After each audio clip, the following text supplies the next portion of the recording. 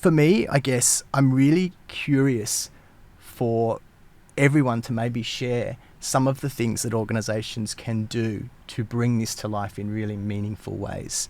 Um, Annalie, I guess just asking you first off, what are some things that you have seen that organizations are doing about D and EI that are helping them and helping their people to really engage with this in a meaningful way? Well, I want to start by not answering the question. Okay. Because Love I that. think Love the that. organization, yeah, I think we're speaking to the majority if we talk to what people aren't doing. Um, Yep. so, so the listeners can really relate and perhaps hear themselves and benchmark themselves, and then Mhm. lead to what it is we're going towards. But what I Okay. notice is there is the ticker box culture, which we know about. And how I see that play out is that we're bringing outsiders in. We are setting up D&I departments and DEI leaders and DEI roles.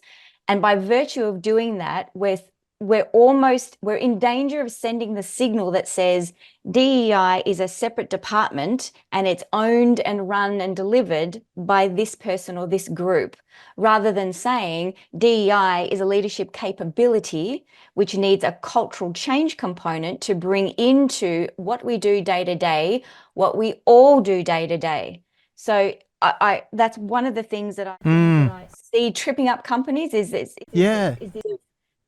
departmental. Outsourcing DEI. You Yes, can't outsource outsourcing. it. Yeah. Yes, you can't outsource it. It's like saying good communication. Well, we've got a communications department, so all the rest of you can be really rubbish. I mean, you just Yep. go hard and don't worry Yep. about it because we'll send them to the communication department and hear that Yeah. message properly, Yeah. right? It's one of those things. It's one of those things you can't treat it like a topic people need to learn about, then they can forget about the rest of the time. It's so much more than that. It's so much more important than that. So yeah. Exactly. Yeah. So that's one big component. The other is that, and sort of in the same vein as this, it's very easy to ask. I see companies taking steps by asking their employees, doing engagement surveys, what's the experience like for you? How would you like us to be different? What are you interested in? And then not doing anything about it. Listening is not a one-way, activity. It's not tell me all your good ideas so I can say that I've listened and asked. If I don't give you evidence that I have heard, that I am responding, and even if it's uncomfortable, even if I can't say, hey, we can commit to everything you want, but we hear you and we acknowledge we're on a journey and here's how we are beginning, that's fine. But you have to involve the people who it impacts, and you have to prove and provide evidence that you are actually listening by giving that feedback link. um, that's another thing that I Mm. don't see happening that I think would work really well.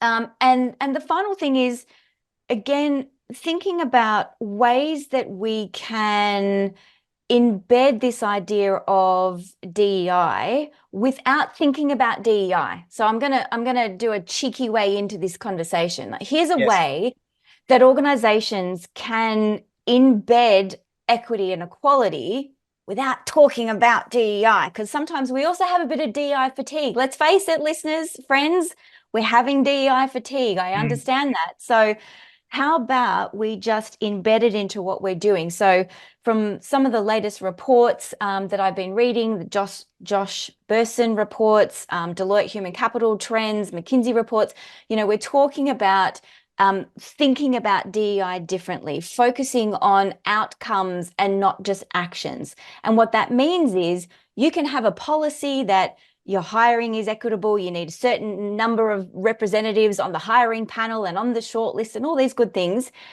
But one of the key things you can do is hire for skills. This sounds so simple, it's almost overlookable. I know I just made that up, but I'm going with it.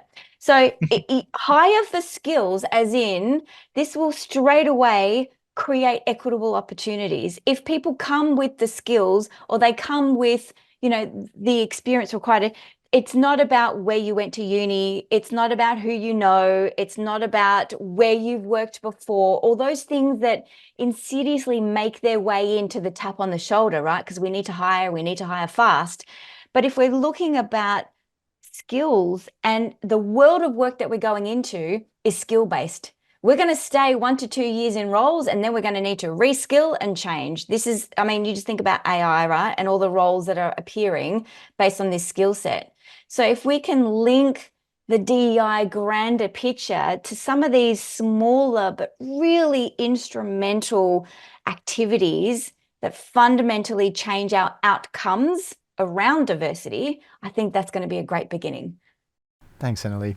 Wonderful stuff there. And, for me, something that you taught me organizationally was the idea of imperfect allyship and being able to actually recognize you're on a journey and that you're maybe never going to get there, but you're on a path to actually make things better has been probably one of the biggest learnings I've had in the last couple of years of working with you.